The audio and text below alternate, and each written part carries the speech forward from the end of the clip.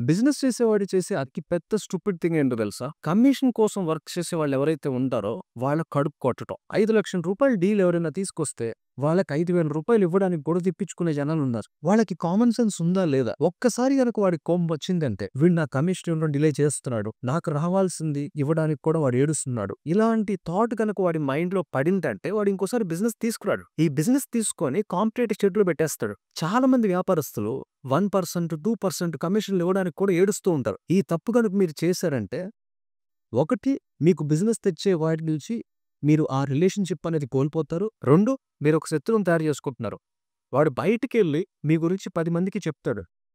మీ మీద ఉన్న కోపంతో మీ కాంపిటీటర్‌కి ఎక్కువ లీడ్స్ ఇస్తాడు.